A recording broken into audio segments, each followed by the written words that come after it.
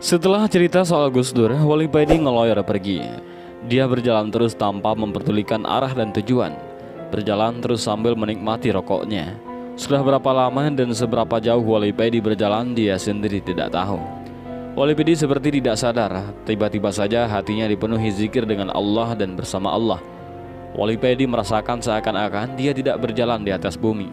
Dia seperti terbang, tubuhnya ringan dan hatinya dipenuhi kebahagiaan. Wali Pedi baru tersadar ketika azan subuh berkumandang dan dilihatnya di depan ada sebuah masjid yang semuanya terbuat dari bambu. Wali Pedi berhenti sebentar, dilihatnya di dalam masjid sudah banyak sekali orang. Ada yang pakai jubah, pakai serban, ada juga yang pakai sarung dan berkopiah. Ada juga yang memakai celana tapi tetap juga pakai kopiah. Yang membuat Wali Pedi kagum adalah di dalam dan di luar masjid itu tidak ada lampu sama sekali. Tapi masjid dan areal di sekitarnya tampak terang benderang. Tampak cahaya keluar dari para orang-orang yang berada di dalam masjid. Cahaya mereka inilah yang menerangi seluruh masjid. Tanpa sadar Wali Pedi memandangi tangannya. Apa dia ikut juga bercahaya?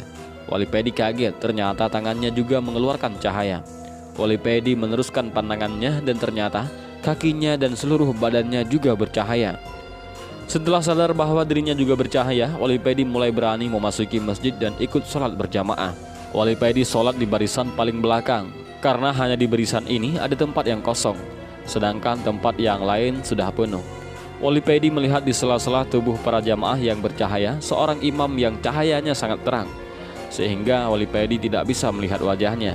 Tubuhnya dikelilingi cahaya yang sangat terang. Wali Pedi baru sekali ini merasakan salat yang begitu indah dan sangat syahdu. Suara imam yang begitu merdu dan Wali Pedi seakan-akan diajak berjalan mengelilingi rahasia-rahasia ayat Allah yang dibaca oleh sang imam tersebut. Setelah mengucapkan salam dan selesai sholat, Wali Pedi baru tersadar ternyata di sampingnya ini ada orang yang sangat dikenalnya, Mbah Parmin, seorang kusir bendi di kampungnya. Ternyata Mbah Parmin ini tubuhnya juga bercahaya. Sebelum Wali Pedi hilang dari rasa kagetnya, Mbah Parmin sudah berkata kepadanya, "Pedi, tolong kalau nanti di rumah jangan bilang siapa-siapa tentang masalah ini." "Baik Mbah," jawab Wali Pedi meneruskan zikirnya. Sehabis zikir, baru Wali Pedi mulai mengobrol lagi dengan Mbah Parmin. "Mbah, siapa yang mengimami sholat subuh ini?" tanya Wali Pedi. "Beliau baginda Nabi Muhammad SAW," jawab Mbah Parmin. "Dan di barisan depan itu adalah wali-wali kutub, dan di barisan berikutnya wali-wali yang derajatnya di bawah wali kutub. Mereka berbaris sesuai tingkatannya, baik yang sudah meninggal maupun yang masih hidup. Semuanya hadir di sini." Mbah Parmin meneruskan penjelasannya. Wali Pedi tersenyum dan Mbah Parmin juga tersenyum karena mereka berdua sadar kalau berada di barisan yang paling belakang. Tidak lama kemudian acara dilanjutkan dengan bersalam-salaman. Sambil membaca salawat, Wali Pedi bertemu guru mursyidnya dan wali-wali yang selama ini cuma mendengar tentang ceritanya saja. Wali Pedi begitu bahagia karena bisa bersalaman dengan para wali-wali yang selama ini sangat dicintainya dan dihormatinya. Setelah acara bersalaman selesai, para wali pergi sendiri-sendiri dan tiba-tiba hilang entah kemana. Tinggal Wali Pedi dan Mbah Parmin saja yang berada di dalam masjid. Setelah semua sudah pergi, baru Wali Pedi dan Mbah Parmin keluar dari masjid. "Di manakah ini Mbah?" tanya Wali Pedi kepada Mbah Parmin. "Di Gunung Pring Magelang, Jawa Tengah," jawab Mbah Parmin. Wali Pedi menoleh ke belakang. Ternyata masjid itu sudah hilang. "Udah Di, aku pergi dulu ya. Assalamualaikum," kata Mbah Parmin dan bersalaman dengan Wali Pedi. Mbah Parmin berjalan di sela-sela pepohonan dan lama-kelamaan hilang.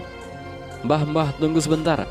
Wali Pedi memanggil Mbah Parmin, tapi Mbah Parmin sudah hilang ditelan keheningan hutan belantara. "Waduh Mbah, aku sebenarnya mau pinjam duit untuk pulang," Wali Pedi berkata sendiri.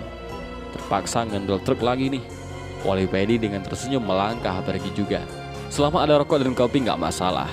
"Syukur alhamdulillah," ucap Wali Pedi dengan mengeluarkan rokok dari selipan kopiahnya, lalu menyalakannya dan meneruskan perjalanannya. Wali Pedi tidak berani mencoba ilmu melipat bumi yang dimilikinya karena Wali Pedi takut kesasar seperti waktu itu.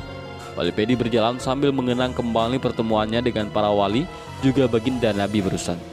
Wali Pedi tidak dapat begitu jelas melihat wajah Rasulullah karena sangat terangnya nur cahaya yang terpancar dari tubuh Rasulullah.